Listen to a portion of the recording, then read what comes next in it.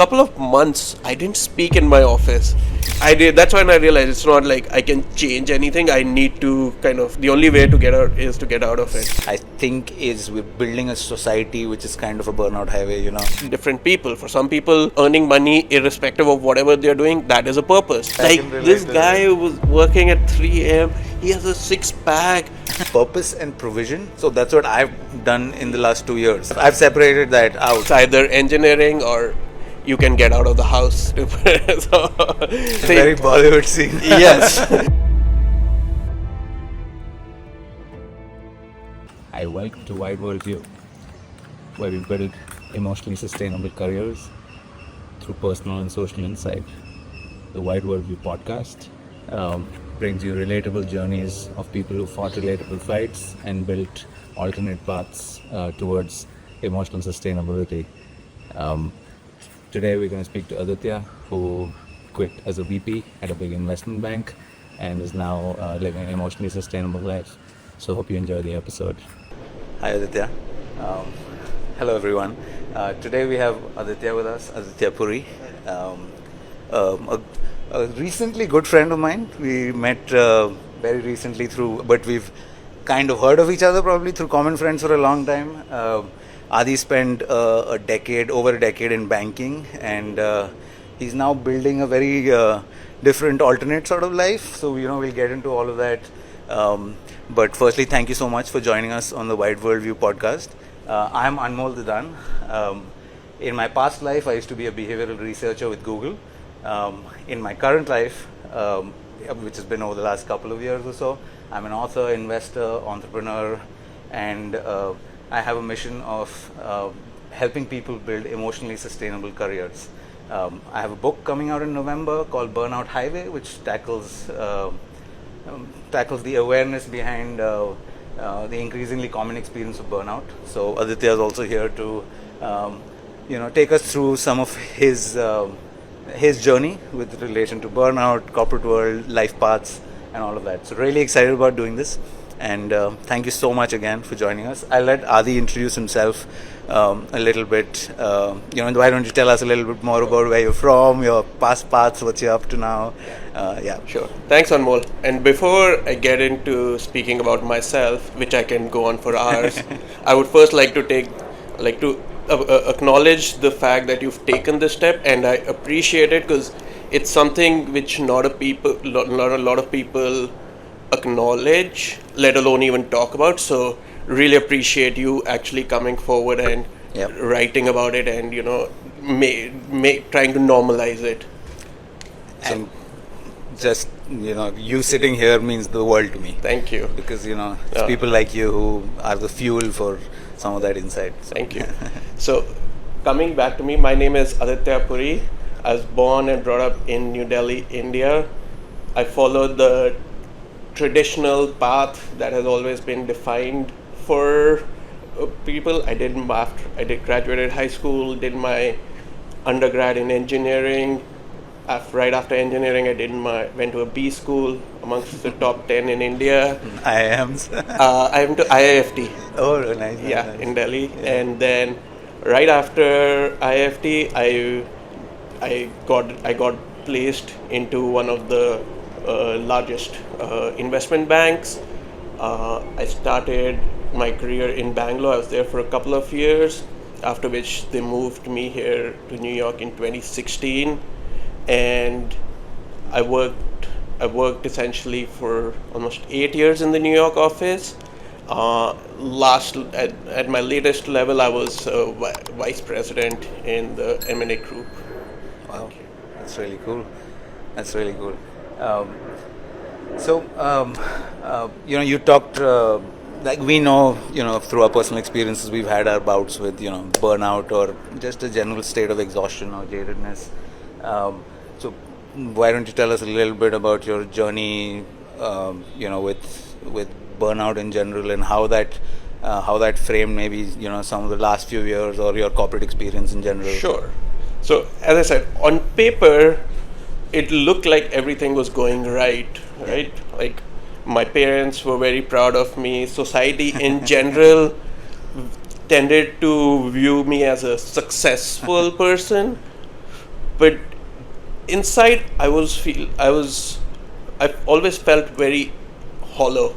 I was very, it was one, I was perpetually exhausted. Yeah. I didn't, I never got enough sleep. I used to sleep maybe 4 or 5 hours a day. I would wake up anxious, a lot of times sweaty, always. And the first thing I would do is like jump out of bed, open my phone, and be like Yeah. scared of Relatable. like, I relate to all I was of like, oh, are there 15 new emails? Someone's just, Yep. God forbid I overslept by 10 minutes. So anyway, and it was reaching a point where my personal life, my health, my friendships, my relationships, everything was taking a back foot, and I could feel myself kind of falling into a mental black hole where I couldn't understand what was the point of this success, if it's not bringing me any happiness or joy. Like, what is the? It made me question what is the purpose of your life and existence. Like, what are you trying to achieve out of it? Yeah. So I think when and it kind of it reached eventually reached a tipping point, and that's when I just went to my boss and I was like, I am done. And that's been about 2.5 years now. Wow, good. Firstly, sorry that you went through all that, but it's been relatable. Like, I've been nodding all along because, I faced something similar in a very different job, in a very different industry even. But I think, that societal aspect of burnout means that, I don't think it's industry specific or job specific. It's something that I think we're building a society which is kind of a burnout highway, So, and kudos to you for, moving away or, taking a step back, right? It's nothing's forever. So taking a step back, and, my layoff happened about 2.5 years ago as well, about 2 years ago. So, in a way, but I was in a similar zone. So, had the layoff not come, I would have probably gone on to my boss. I actually did have a conversation with my boss 6 months before the layoff, asking her to lay me off. But that didn't happen. So thank you so much for sharing that with us. And so the book is about societal paths from the start of the Industrial Revolution, some of the setups that we went through, from things like the education system, societal setups. So my take is that burnout doesn't happen because of a job. There are macro reasons why this is happening, because that's a common experience for a lot of us. So, I'd like to unpack a little bit about, you talked about your path in India. Can we talk a little bit about what it was like to grow up in Delhi, some of the societal challenges that you kind of talked about how society might have forced you down a path. So, it'd be interesting to just, for the viewers to hear a little bit about your family and early context of your life. Sure. So one, I would start by saying I was very lucky that I was born in an economically upper middle class in Delhi, especially in India. I relate to that too. Yeah. So all said and done, my parents provided me one of the best educations. They put me in one of the best schools in Delhi. So really appreciate them for that. But I think when it comes down to kind of trying to figure out a future and a career, I felt there was that implicit, I won't even say implicit, it was very much an explicit expectation that, either you need, as is very typical in India, either you need to be a doctor or an engineer. Yeah. So, and just like right when you enter high school, I was like, definitely not going to become a doctor. I was very much interested in pursuing the economics or something along the... I had to fight that fight. So, but I think my father especially was wanted me to follow his footsteps into engineering. My father too. Yeah. And something which I very soon realized I was not good at. Even in high school, I was like, it was just too painful for me, difficult for me to kind of get through the sciences. Yeah. But and it it so came like when I started applying for undergrads, I was kind of focusing on economics, but it just ended up like, I think things came to a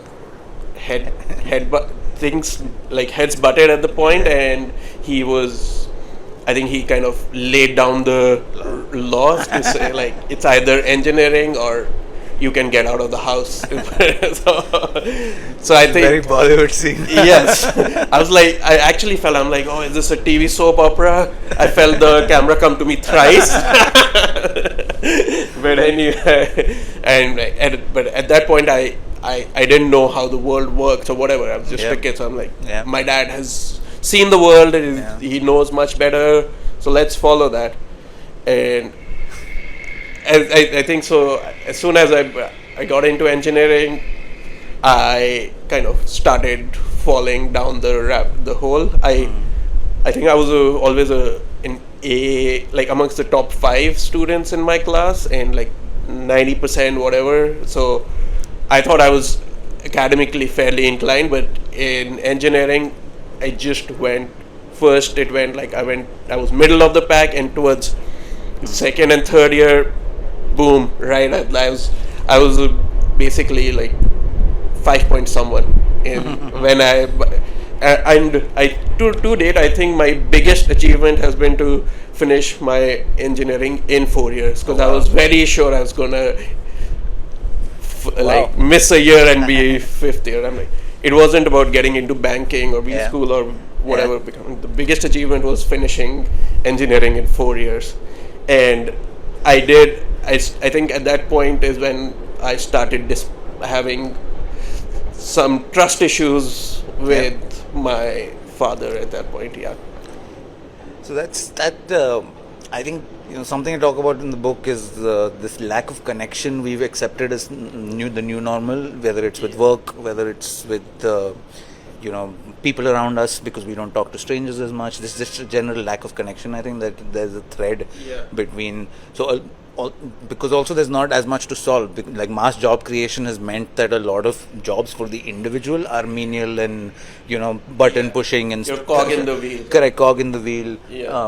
So however, those cog in the wheel jobs pay a lot, right? And as the corporate sector has become more and more dominant, and I think you touched upon this a little bit with where you were a topper, and then suddenly in engineering, you maybe had that lack of connection with so how important is that bias in society, and how does that affect you at an individual level? Like, yes, societally maybe we need more jobs, but at an individual level, is that lack of connection not just giving people a chance? Because off the bat, you were forced into something in college at 18 years of age, where you don't know much about the world, as you admitted.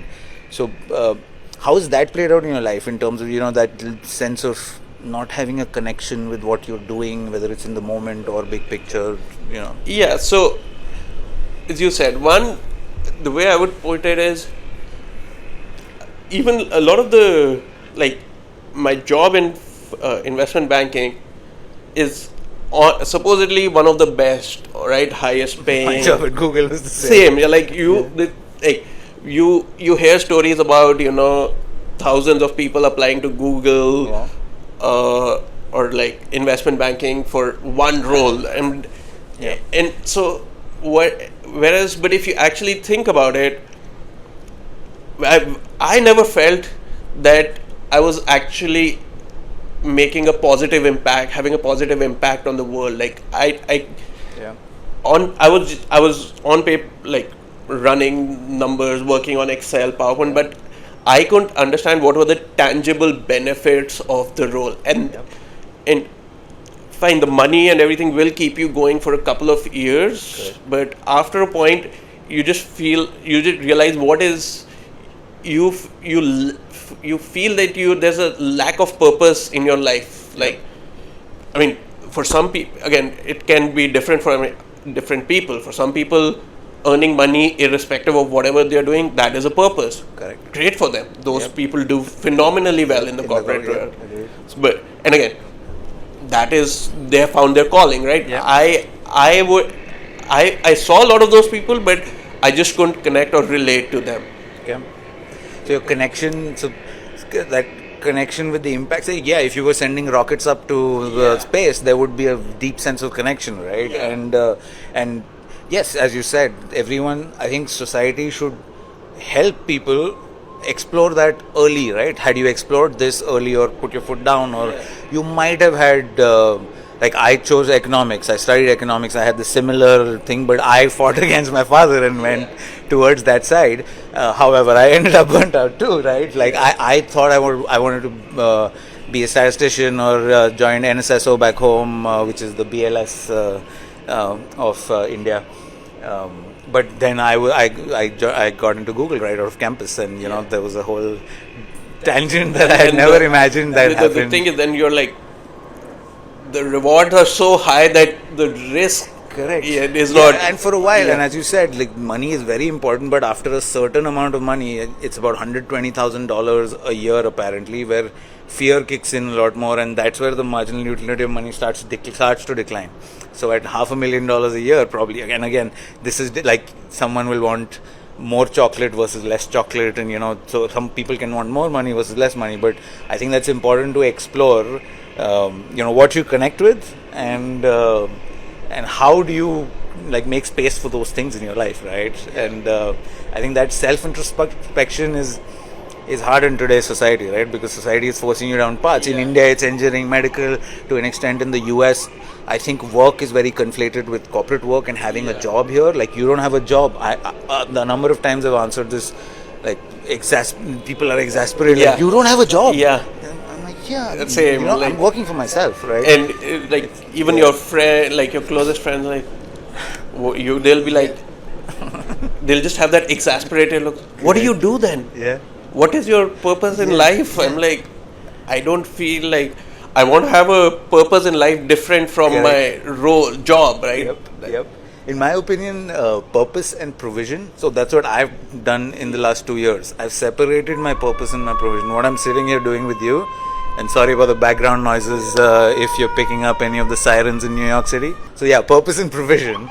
I've separated that out, and for some people that purpose and provision might align, but I think we've put too much pressure in society to have purpose and provision aligned and not eventually have it aligned at 18, right? That's a bit crazy in my opinion. Yeah, because you see, like the thing is also, whenever you see people who are put forward as successful, you think about people like who are the idols. Like you always think about like Mark Zuckerberg, Elon Musk, you know, Larry and Sergey, like people like who've made billions. Which is conflate with to a young person.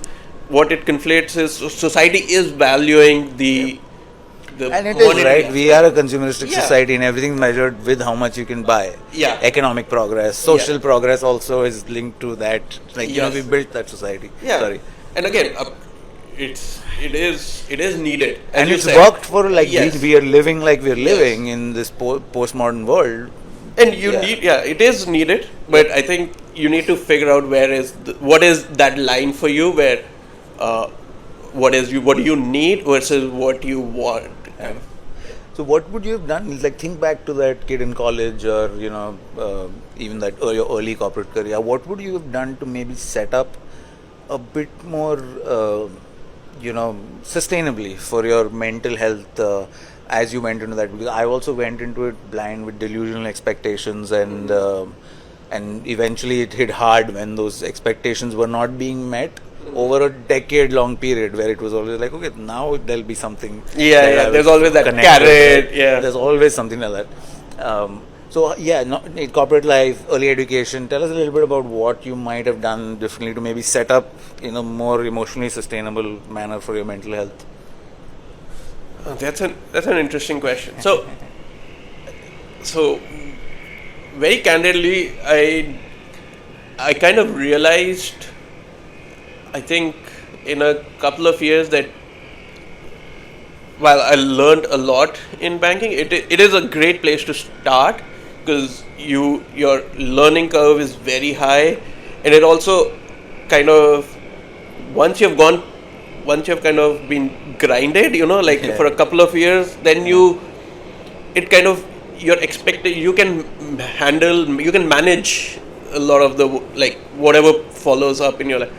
So I think it was around the second year or like after a couple of years I kind of started to realize this may not be it for me.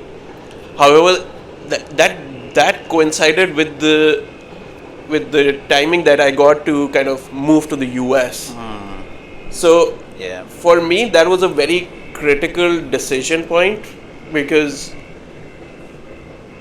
and I think in hindsight, I think I should have thought a lot more about it, maybe, and because I didn't what would be, let's say, the immigration process of the US, what actually life is in the US, especially in banking. So at that point, I was just like, well, I either have the option to kind of leave and go find another role or whatever, or I'm getting this opportunity to come to the US, the financial center of the world and everything. So I think at that point I made the decision.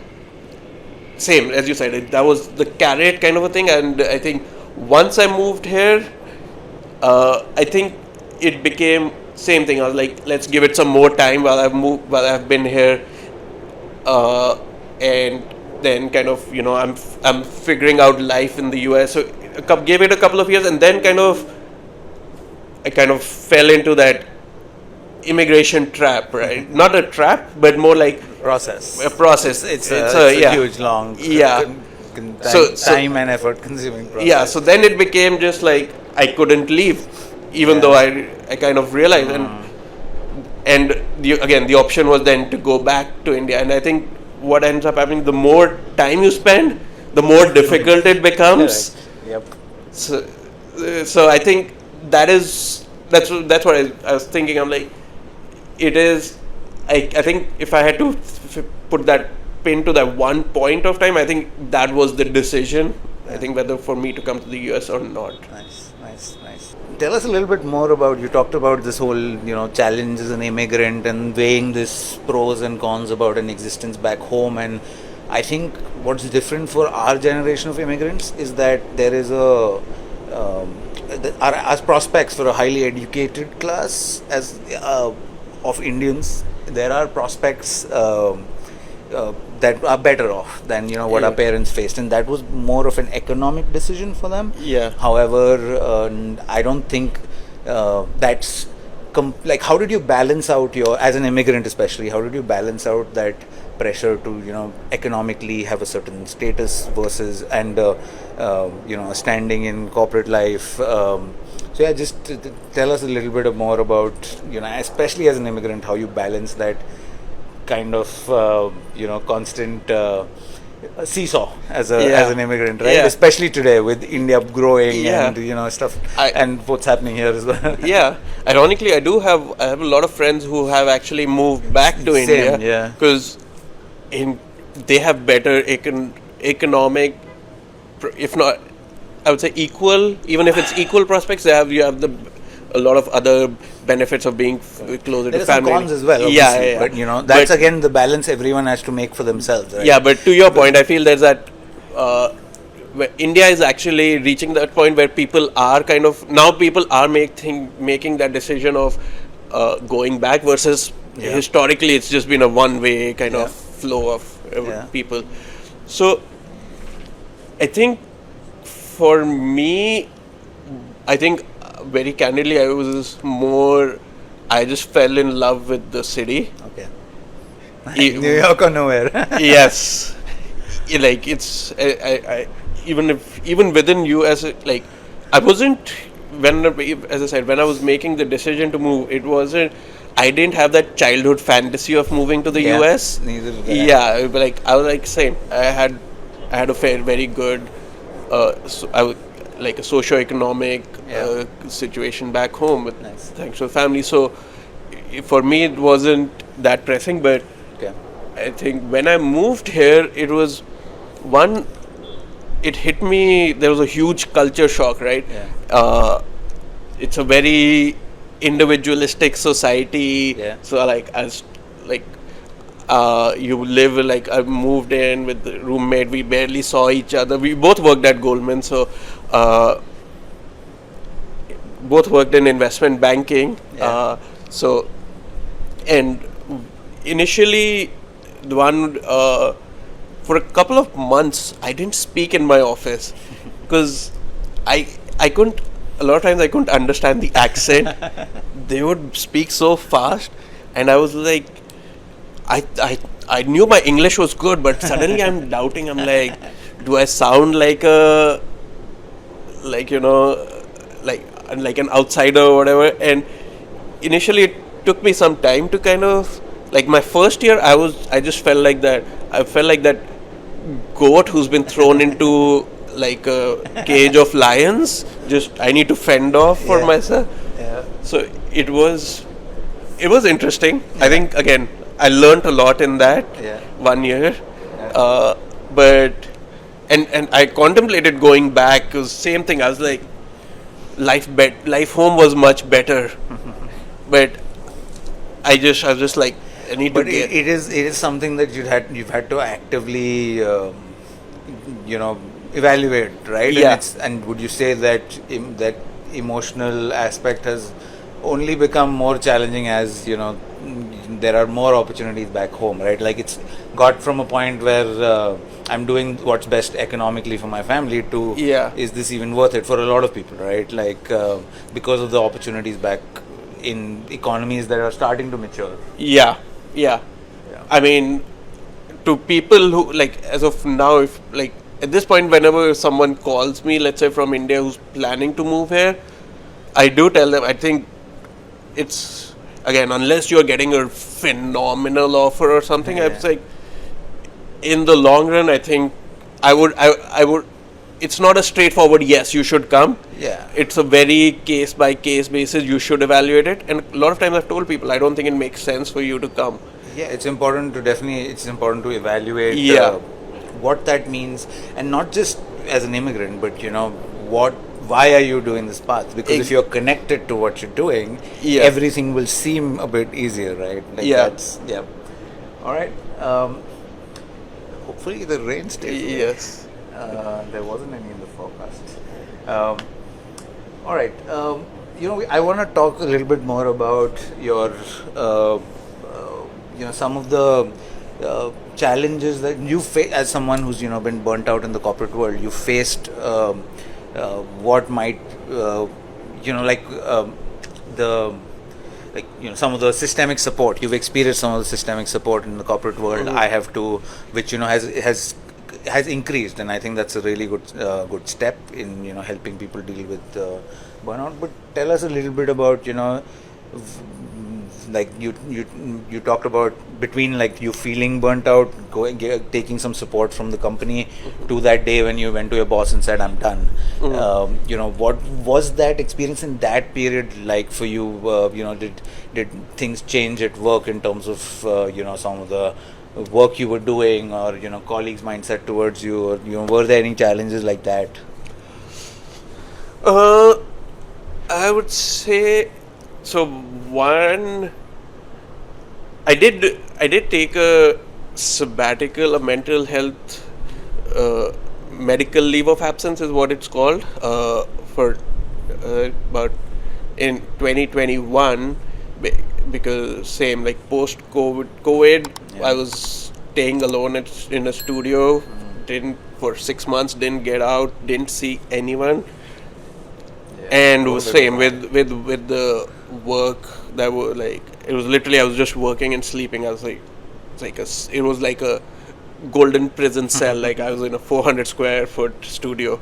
I think it took a toll on me. So by the time 2020 ended, I knew I needed a break at that point. So, and the company did kind of provide me everything, and they showed me that I would have the job the job would be waiting for me when I come back. So I really appreciate that this, and it's also, by the way, this is all legal, like like New York State, for example, has codified all this into a law. So they did everything by the book, gave me all the support, connected me to a psychiatrist who helped me through it. The issue was not the support. One, I think, what is the issue was that, as I really said, I felt the job wasn't sustainable for me. I used to work, at least I would say 9 a.m. to midnight, 6 days a week. Wow. So Sundays were working for me. Wow. Yeah.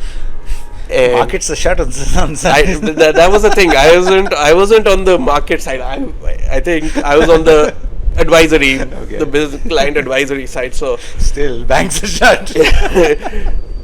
Yeah.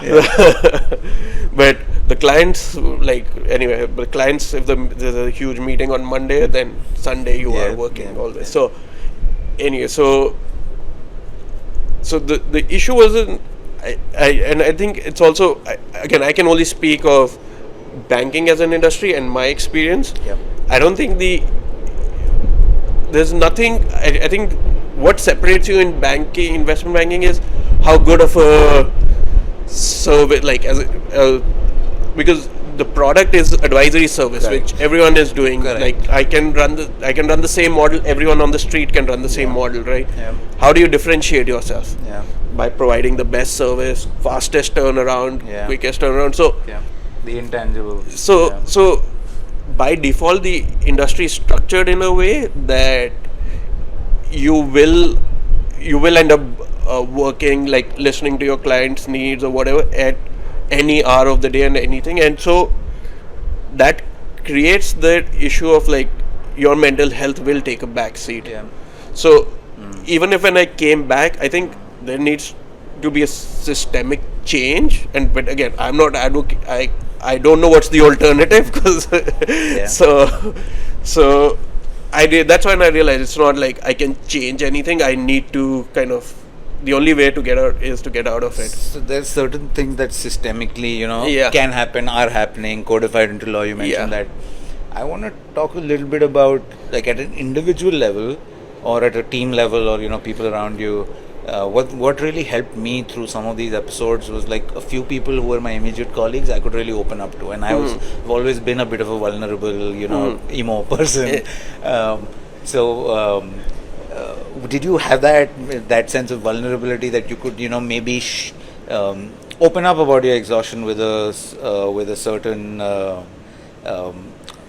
colleague or somebody in a similar context, right? Corporate context, which only they could probably relate to, 10, 15 people around you, 200 people around you, whatever that may be.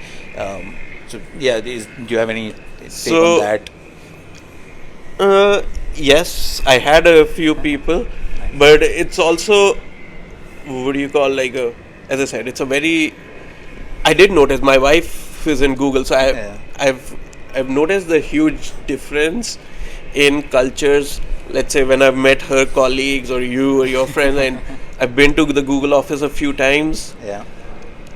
There's and versus in banking, it's a very Hardo culture. I don't know what else. Like it's a hustle. It's a more conventional corporate culture, which I think big tech is also moving towards. Yes, especially in the last year or I can two, see right? that, especially with all the layoffs and the streamlining efficiency.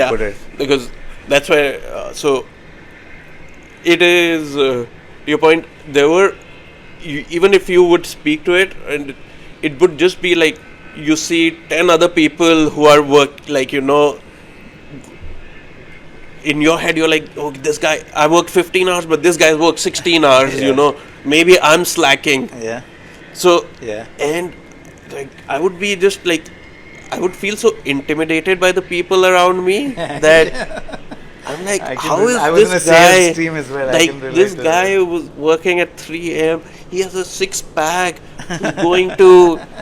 doing a summit of climbing Kilimanjaro, or he's like, The high achievement yes. mentality. And I was like, I am barely just holding on, man. Like, the only thing I can do apart from work is go back to bed and sleep. I'm like, let me get I'm not hitting the basics of my life. I need to eat healthy. I lived on takeouts for 6 years. Yeah. So Yeah. Relatable. so same. I was like, just give me my food, give me my sleep. Like, let me hit the basics first. You know that Maslow's hierarchy. Yeah, I'm like, yeah. I was on stage one. I'm like, sure, like. Banker with stage 1. Yeah. I'm like, my bank account looks really good, but I don't know what else to do. What else is going? And so, yeah, I would be intimidated by it. I did have a couple of friends, a few friends very close. We would all complain, but then we'd go back and we'd meet for a coffee, complain, bitch about the boss or the colleague or the client. But then we're like, all right, let's go back. Those friends actually again help. We have those trauma bonding for life. Exactly. Yes. Yeah. You need your trauma bonding. Yes. Whether you're fighting World War II or, okay. What about you? Did you have those kind of? Did you find those people? Oh, yeah. I think one thing, and I think that's why naturally I've gravitated towards, also doing something like this. I think, so there were, Google, as you said, was a different culture. I had immense corporate leaders who set in place cultures of psychological safety, which also helped me like nurture some of the insights and thought processes that I have now, and I'm trying to help. So, I'm really grateful for some of that exploration that, was enabled by them. And I used to work in global teams, and where there were people in New York, London, Singapore, and they were regionalized teams. So there was always these like cross-regional tensions. I had actually worked in all 3 regions across the organization. Yeah. So I started to help people try and build relationships over VC, and one of the things I used to say was empower yourself with vulnerability, right? So I've always somehow had that, and even through this book I've surveyed about 50 plus old ex-colleagues, colleagues and friends who've formed the basis of some of the insight here, and I think all that has happened because I could be, and also the culture enabled it to an extent, as you saw at Google. That's shifting. I mean, I've not been there for 2+ years, but whatever I hear, it's shifting a lot, and it shifted through my time there as well. I was there almost 11 years, 2012 to 23. But yeah, that really helped me. Some of my best friends are people I met at work, so I cannot imagine life without them. Same. Yeah. Hey everyone, I hope you're enjoying the episode so far. Given the rain, we've had some technical difficulties with Adi's audio, but the conversation was so enriching that we did not want to take it out. So bear with us for the technical issues, and hope you enjoy the rest of the podcast as well. We had a little bit of a rain delay, but we were talking about vulnerability and in the workplace, and how a shared experience, so to speak, is always better than a more isolated one, right? That's, I think, the basis of human. That's, I think, the most core human insight, right? You need people, and I think you fill your life with stuff when you don't have people, right? That's, I think, just how it is. So you talked about, and you had access to buying all that stuff, as you said, your paycheck was great and stuff. So what were some of the emotions or feelings that like I personally went a bit numb for a while, where I didn't feel much from, like, I'm someone who's like very driven by doing a variety of things, and being stimulated through like knowledge about various random things and learning about things, but beyond my corporate life, as you said, you people were having abs, and I gained like a lot of weight, and I was just on the couch. Yeah, I was a little bit more. I've had journeys up and down with it, but I felt like that numbness made me like stop accessing parts of me that made me. So I think, what were some of the things or feelings or emotions that you felt through that time that you struggled to access, or just describe that state a little bit more emotionally, I guess. So I think one was just I was always running on adrenaline. It was, as I said, like you wake up, first thing, check phone, everything like go. So to the point that and the thing is, when it's been sustained for so long, you don't even realize that's your default state. So, and I would later, again, let's say, people who knew me, who've known me for a longer time would have noticed like I was becoming very short-tempered. It was like Irritable. irritable, like you know, why can't we get this? Let's get this ASAP. Like, because everything in my head was like let's move. Yeah. So that was one of the other things. Then the other was same, like because of the adrenaline and everything. I was exhausted. Like I heard, what is Like a hamster on a wheel. yeah. Yeah, that was yes. So I think, and then sorry, can you repeat the question? What was Some of the feelings or emotions, like I went numb, so I stopped accessing certain things or feelings or activities even that would make me.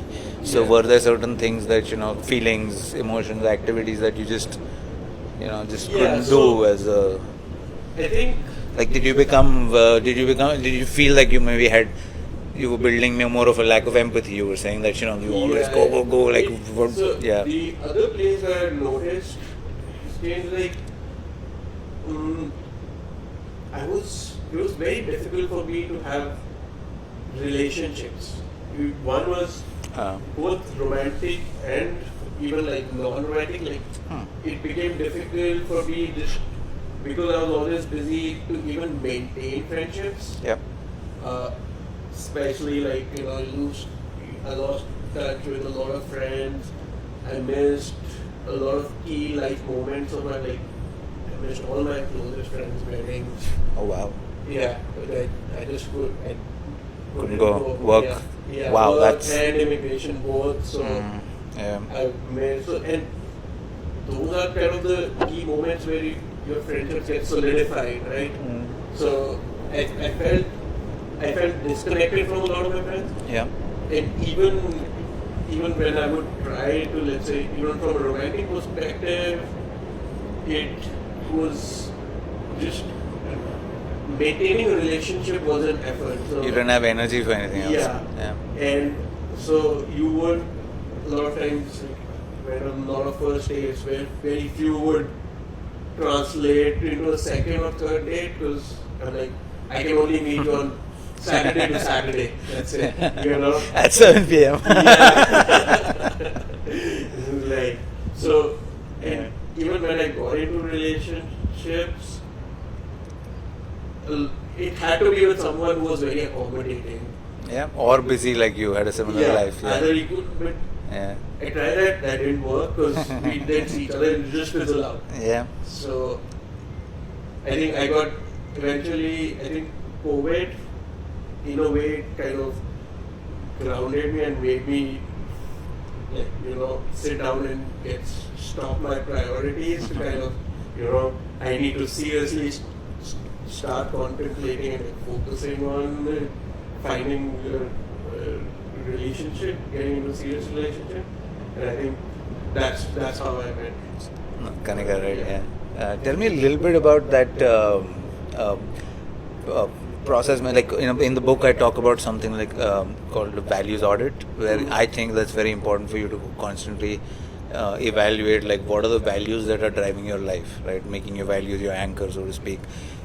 So what were some of the anchor points of your, and also maybe tell a little bit about we can use that as a segue to talk about your life from that to today. So what were some of the anchors that helped you plan out a new life, that this is what I not just from a relationship perspective but also from the perspective of your work that you do now, which is very different from what you used to do. So I think values really helped me, but were there certain anchors or pivot points that helped you just structure that whole problem, right? Because you were not happy, you were relationally a bit exhausted, you were you probably were done with that sort of life. So how did you, if someone's in that kind of zone, like what were some of the anchor points for you? And yeah, please tell the world about what you're doing, because it's very cool as well. So, so I think some of the anchor. One was I felt like one thing which I always in my head was that money is a means to an end. Okay. Money is not the destination. Yep. I feel a lot of people confuse that.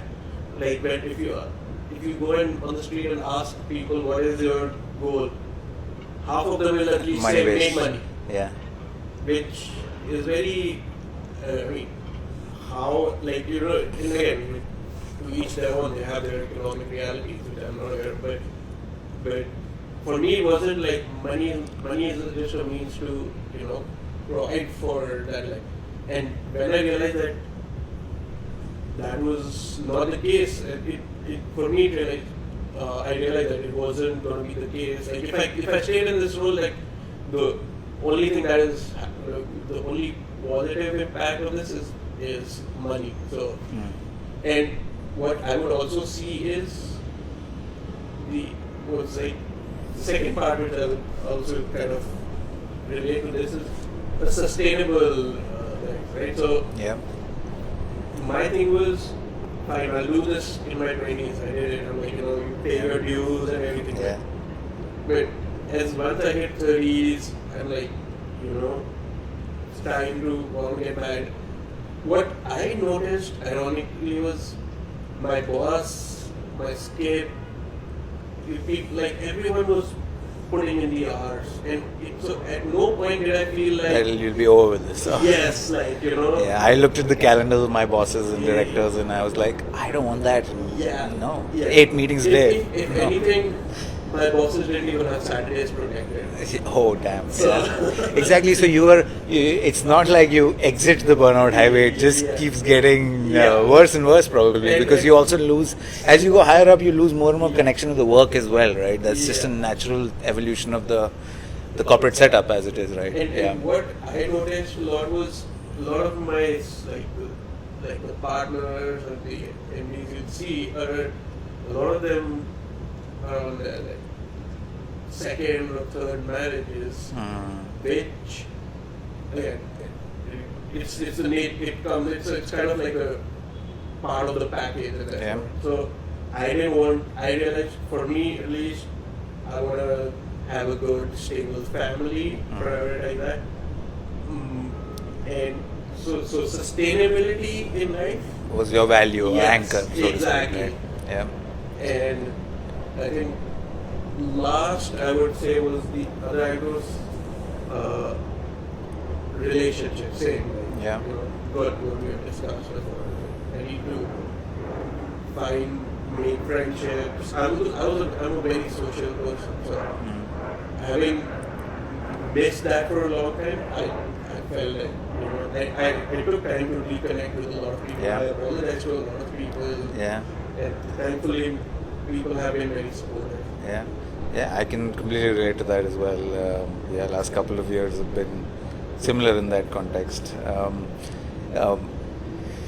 So yeah, tell us about what you're currently doing. How did you build this life of sustainability that you are, now allow you to do this in the middle of the afternoon on a Wednesday? Yeah, I forgot what day it was. So after I quit, it's been about 2 years since I quit. Yeah. I took for a year. I did the first 6 months. I just slept, ate, nothing. I was like, it was just recovery. As I said, like physically, I was Yeah. I started working out, just the basics of Yeah. life. Yeah. Then, and I got a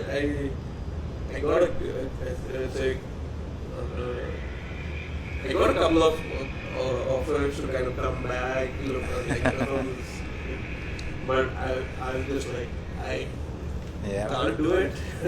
Yeah, I related to that during the job hunt as well. Yeah. And then, so the other thing which I think I really like is real estate investing. So I am kind of trying to build a portfolio. Still early stages. Knock on wood, fingers crossed. Let's see how this goes. We will meet again. Like we'll discuss this again in 6 months, 1 year. Yeah, it's still very new, right? Yeah. So that is something I'm doing, and I love it. It's something as not it is. It helps make. It is providing me and money. It is something new that I'm learning. It excites me, and I'm in control of it. Yeah. So, You have autonomy over the whole thing as well, right? For me, this comes as close to your ikigai, as you put it, as so. And this again, I don't know what it'll end up being, but I'm very excited about it. Yeah, and that's a great feeling too. That's the thing, right? I think conflate like you're on a climb, and the climb will, it doesn't go up that way, and it's not instantaneous, right? Yeah. Only social media is the only instantaneous thing around us, and that unfortunately I think biases. Everything's more instantaneous today, so. I think take the small wins and recognize certain things that I think, like for me as well, a year into my after my layoff, I was just happy being stimulated with multitude of things that I was open to. I was in this open mindset which I honestly was not able to access for like so long. You talked about building this alternate path. Talk a little bit about some of the emotional challenges that came along with it, right? Because I think we have this bias as humans now that the education system doesn't encourage firstly people to think for themselves. That's why financial goals is something that it's something that probably people should be taught to think about a lot earlier in life. I think the education system and just society needs to take a bit of that blame. That's why it's like most people have money-based goals and don't have perspective on that. No one teaches you how to file your taxes. Or even think about money. Like, how does money even work, right? Like, that is basic money 101. Because everyone's like, whatever, you need, anyone who's making money will need to file taxes. Correct. Just start there. Yeah. And all the importance of investment, like how savings, investments, consumption all linked together, just basic economics 101, which is so important at a personal finance level. Yeah. But you don't see that. Let's talk a little bit about that. Yeah, as a banker who's like like people have money-based goals, but they don't really know usually how to go about it. So how did you go about building this alternate path while continuing to provide and live a life of sustainability? So one, it was very difficult. It's not the easiest. Especially leaving that paycheck. It's crazy, right? Because you realize the higher you go, the more difficult it becomes to take a risk. I call that high opportunity cost off ramps. Yeah, the marginal opportunity cost. Correct. Exactly. So I think there were few factors which kind of helped me make that decision. One was, I think, support a spouse.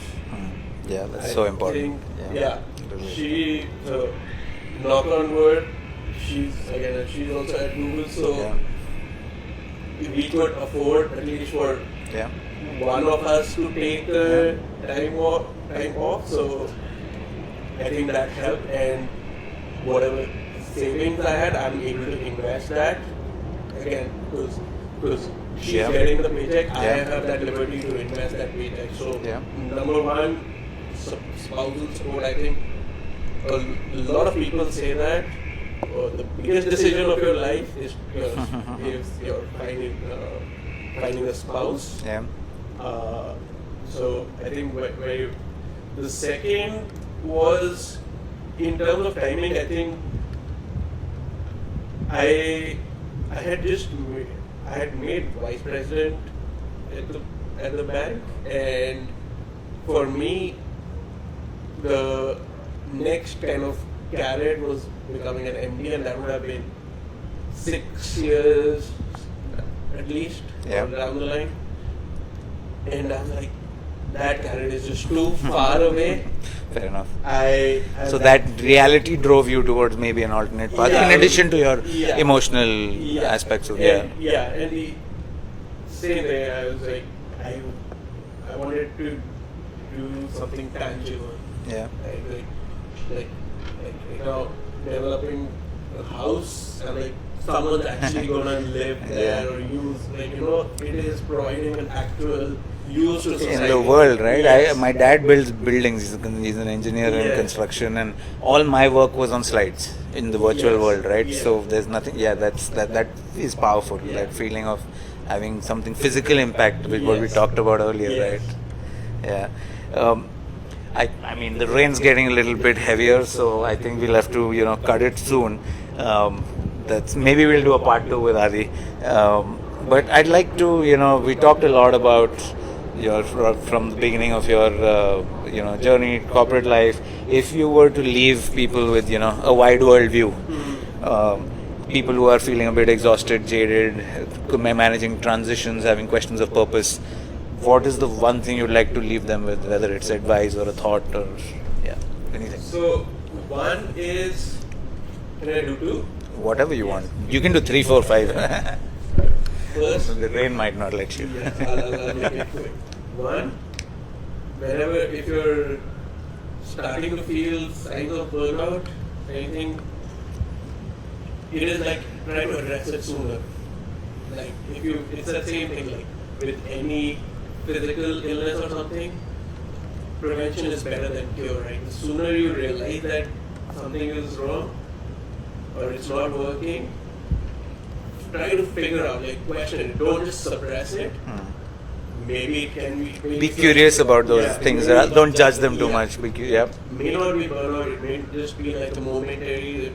Just be aware, and Yeah. the longer you delay it, it's the same thing. You don't want to reach, like, it's not like you want to be reached in a put it into a physical thing. It's not like you want to reach an ICU and that's when you realize, I have this Yeah. issue. Yeah. Why don't you, take a preventative Yeah. versus reaching the... Curious check-in with yourself, right? Yes. Yeah. So I think that's the first thing. The second thing is, at least I told myself, I'm like, I'm not gonna be on the streets. Yeah. Yep.